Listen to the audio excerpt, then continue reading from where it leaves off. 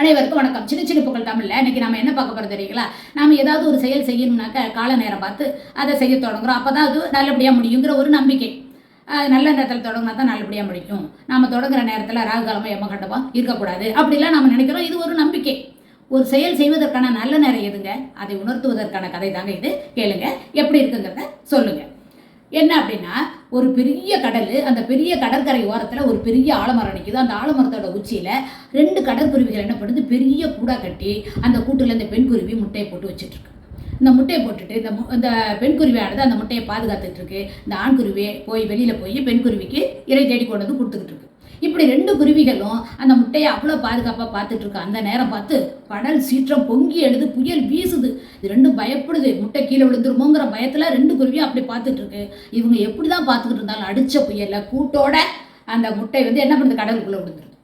உடனே பெண் குருவி தவிக்குது. ஐயோ, எப்படியாச்சும் நான் முட்டையை திரும்பி பார்க்கணுமே, இல்லை நான் உயிரே விட்டுருவேன், நான் செத்துருவேன் அப்படின்னு சொல்லுது இந்த பெண் குருவி. உடனே ஆண் குருவி என்ன சொல்லுது, கவலைப்படாத, எப்படியாச்சும் கூட்டோட தான் அது விழுந்திருக்கு, அதனால முட்டையை உடஞ்சிருக்கிறதுக்கு வாய்ப்பே இல்லை, எப்படினாலும் அது உள்ளார தான் இருக்கும், நம்ம எடுத்துடலாம் அப்படிங்குது. எப்படி எடுப்போம், இந்த கடலுக்குள்ளே விழுந்த முட்டையை எப்படி எடுக்க முடியும் நம்மளால அப்படின்னு இந்த பெண் குருவி கேட்குது.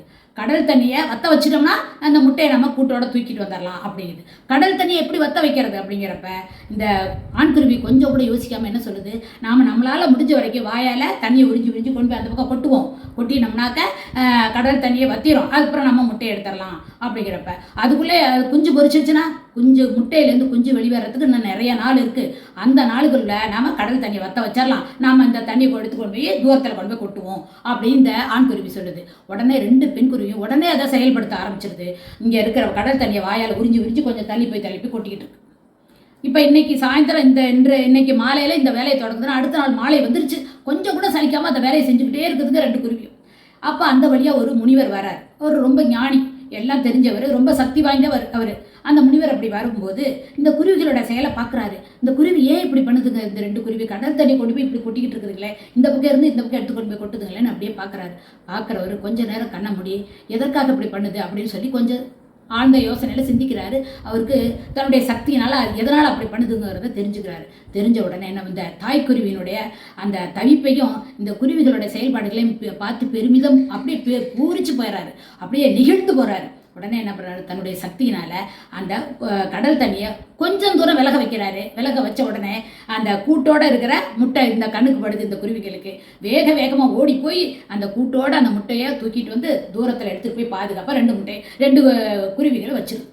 அப்போ உடனே பற்றியா நான் சொன்னேன்ல, நம்ம உறிஞ்சி கடல் தண்ணி கொண்டு வந்து நீங்கள் கொட்டினதுனால கடல் தண்ணி வத்திருச்சு, நம்ம முட்டையை எடுத்துகிட்டு வந்துட்டோம் பாரு அப்படின்னு ஆண்குருவி சொல்லுது. உடனே ஆமாம், நல்ல வேளை நம்ம முட்டையை காப்பாற்றிட்டோம் அப்படின்னு பெண் குருவி சொல்லுது.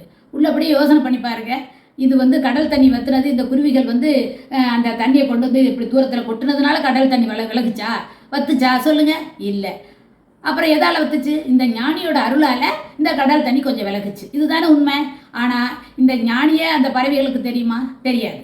இந்த ஞானியோட அருளால் தான் இப்படி தண்ணி விலகுச்சு, கடல் தண்ணி விலகுச்சுங்கிறது இந்த குருவிகளுக்கு தெரியுமா? தெரியாது.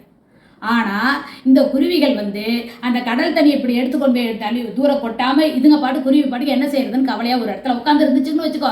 ஞானி என்ன பண்ணியிருப்பார், வந்தவர் அவர் பாட்டுக்கு போயிருப்பார்.